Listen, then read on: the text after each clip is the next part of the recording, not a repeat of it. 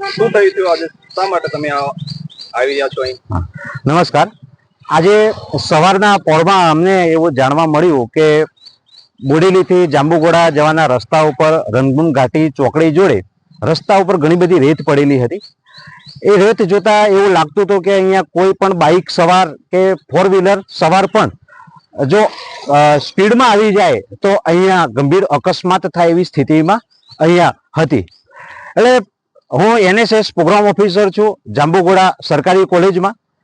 મેં વિદ્યાર્થીઓને વાત કરી કે આવી સ્થિતિ ઊભી થઈ છે અને આપણે આ સેવા કાર્યમાં જવું જોઈએ. ત્યારે મારી સૂચનાને માન આપીને મારી સાથે 25 વિદ્યાર્થીઓ તૈયાર થયા અને અમે આ સ્થળ ઉપર પહોંચ્યા.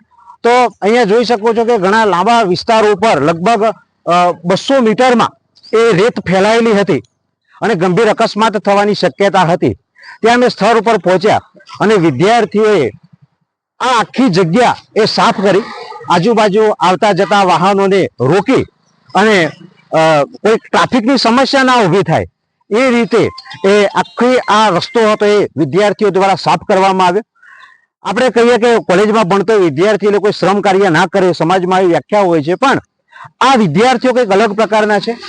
રાષ્ટ્ર સેવા અને સમાજ સેવાને અમે વરેલા છીએ અને આ વિદ્યાર્થીઓએ આ જગ્યા પર પહોંચી અને જાતે જ આ કામ કરી અને સરકાર જે કામ ના કરી શકે કે સરકાર આવે એ પહેલા પણ એ કોઈ જવાબદાર અધિકારીઓ આ કામ કરે એ પહેલા પણ આ વિદ્યાર્થીઓ પોતાની એક જવાબદારી સમજીને સમાજ પ્રત્યે અને રાષ્ટ્ર પ્રત્યેનું જે એમનું ઉત્તરદાયિત્વ છે એ સ્વીકારી અને સમજી અને આખી જગ્યા આ વિદ્યાર્થીઓએ એ સાફ કરી છે.